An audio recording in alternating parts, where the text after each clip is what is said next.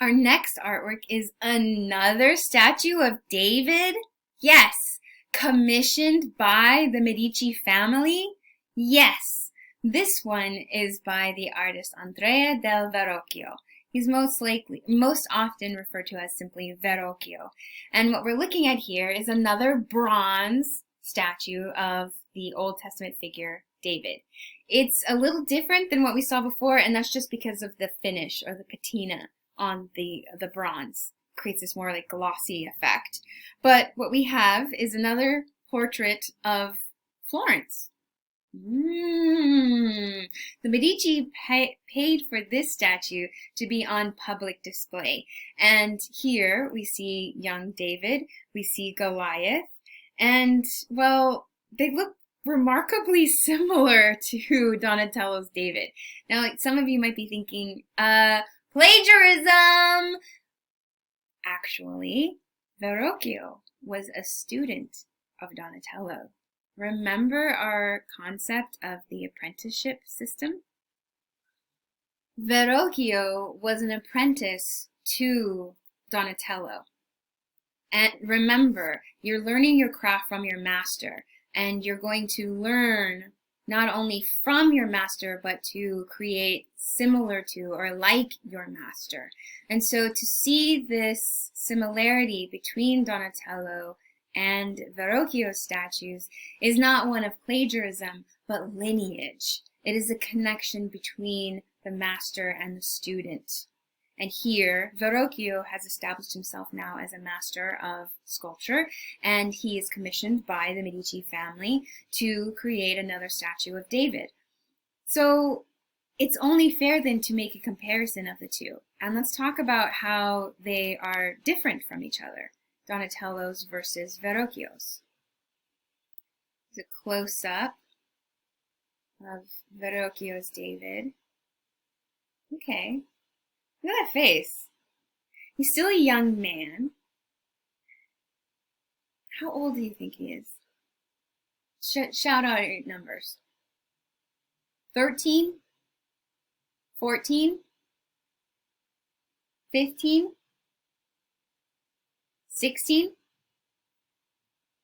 Okay, look at this body. Now, some of you young men watching this video, you know this. You've been this guy.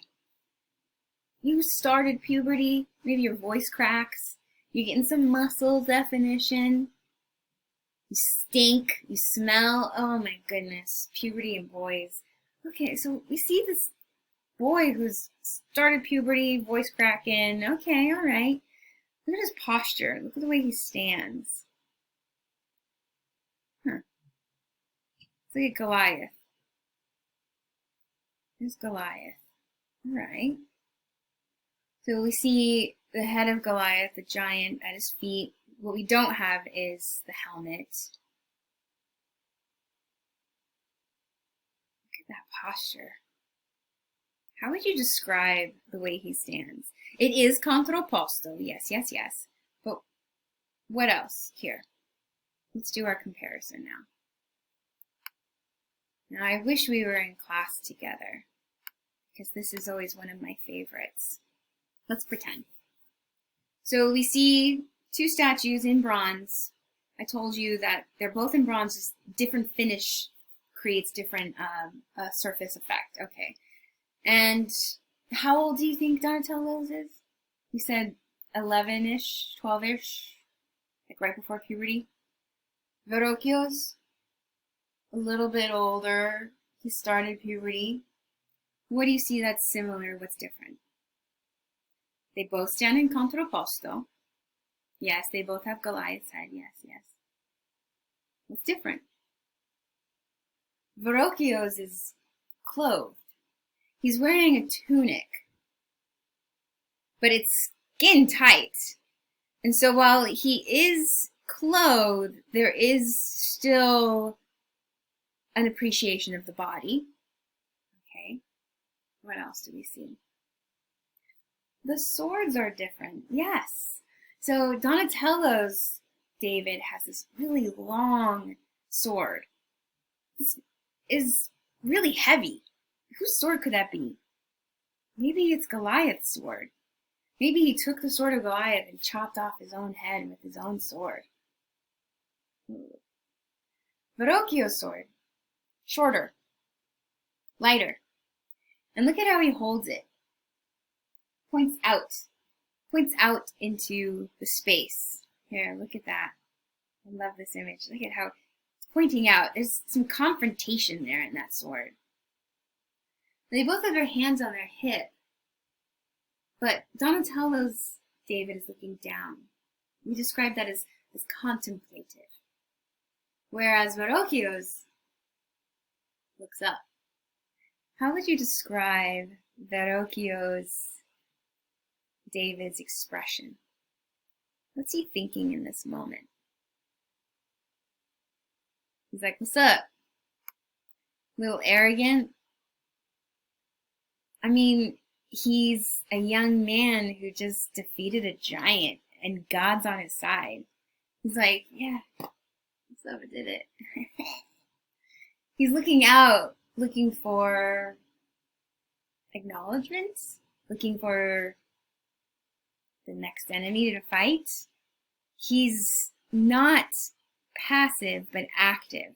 His sword pokes out, ready to kill again. Whoa. Very different from the more pious and contemplative David that we see in Donatello's work. Now I emphasize and I bring this up because the statue of David by Verrocchio is done later. And if we think of this as Florence, this is Florence now.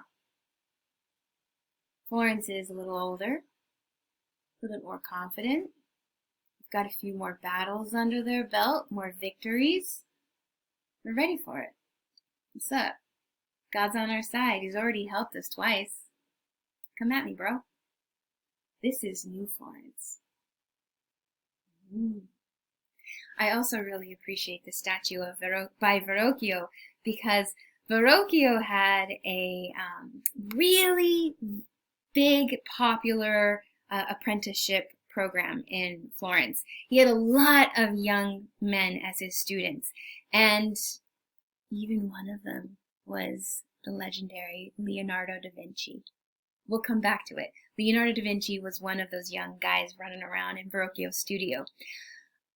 I mentioned this, that Verrocchio was really popular and he had this big studio with all of these young apprentices, because I see this statue of David as Verrocchio having a very clear understanding of what it is like to be that 13, 14, 15-year-old boy.